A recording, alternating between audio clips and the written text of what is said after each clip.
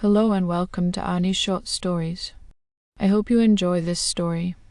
I'm going to try and upload a new story each day. The Shadow of Shanklin Theatre.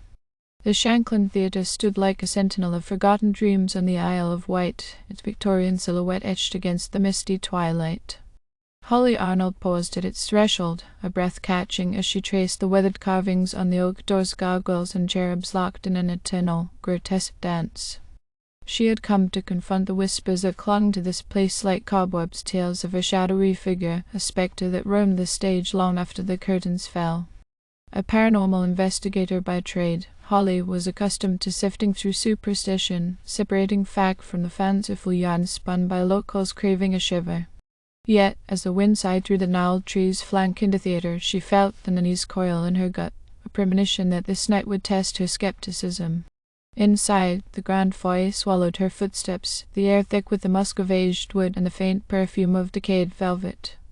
Dust motes pirouetted in the fractured light, spilling through stained glass windows, casting kaleidoscopic shadows across the threadbare carpet. Holly unpacked her tools with practiced precision, an EMF meter to detect electromagnetic disturbances, a thermal camera to capture unseen chills, and a digital recorder poised to snare the voices of the restless dead. She settled into a vigil, her eyes darting between the flickering screens and the oppressive darkness beyond. The hours stretched thin, taut as a bowstring. Midnight crept closer, and with it, a shift in the theatre's pulse. The EMF meter whined a sudden, piercing note, and the temperature plummeted.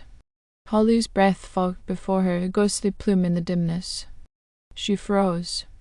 A whisper slithered through the silence, faint as a dying echo, yet insistent. Help me.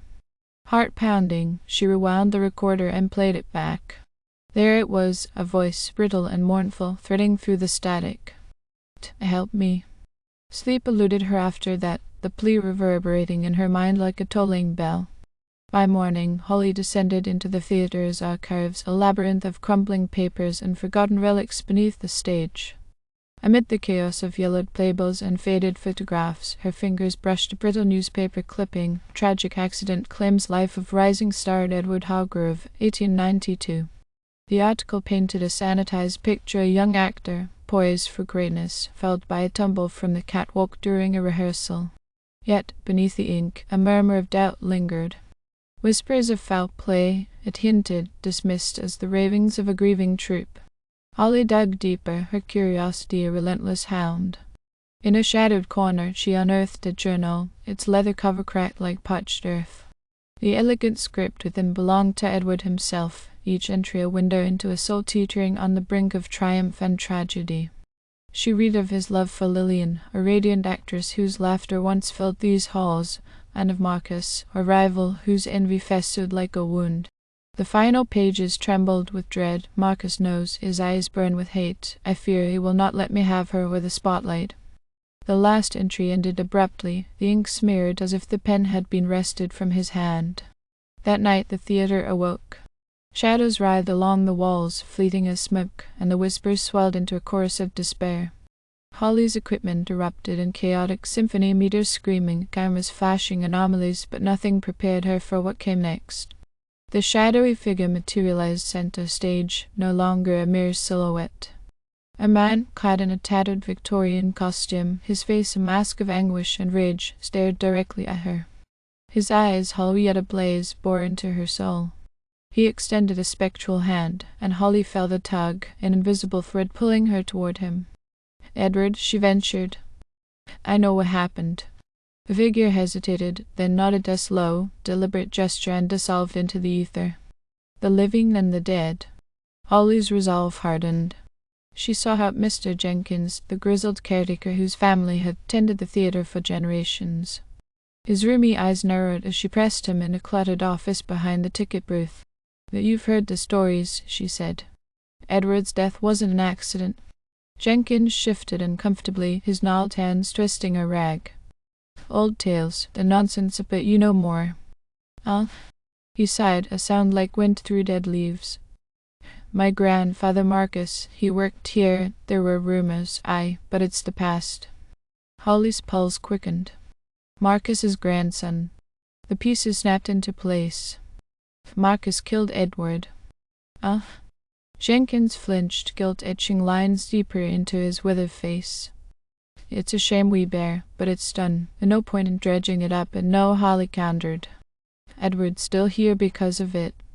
She devised a plan of public reckoning. With the help of a local historian, she organized an event at the theatre, inviting residents to hear the untold story of Edward Hargrove. The auditorium buzzed with anticipation as Holly took the stage, Edward's journal clutched in her hands. She read aloud, her voice weaving the tale of love, jealousy, and murder through the hushed crowd. Gasps rippled through the seats as she named Marcus as the killer, her gaze fixed on Jenkins, who slumped in the back row. The lights flickered violently. A frigid gust tore through the theatre, snuffing candles and rattling the chandelier.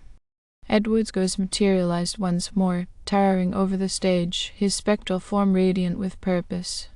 He pointed a trembling finger at Jenkins, who crumpled, tears streaming down his face.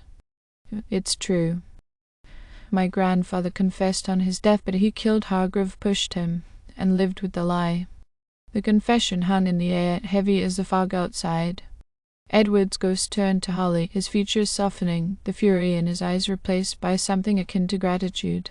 He bowed his head, a final, graceful act, and faded into nothingness, leaving behind a stillness that settled over the theatre like a bomb. Holly lingered after the crowd dispersed, packing her gear in the now quiet auditorium. The air felt lighter, the oppressive weight lifted, yet a shadow of doubt gnawed at her. Had she truly set Edward free? As she stepped into the night, the sea breeze tugging at her coat, she glanced back at the theatre. A faint light glimmered in an upper window, a trick of the moon, perhaps, or a lingering echo of the man she'd come to know through his tragedy. She walked away, the Isle of Wight's rugged cliffs fading into the darkness behind her.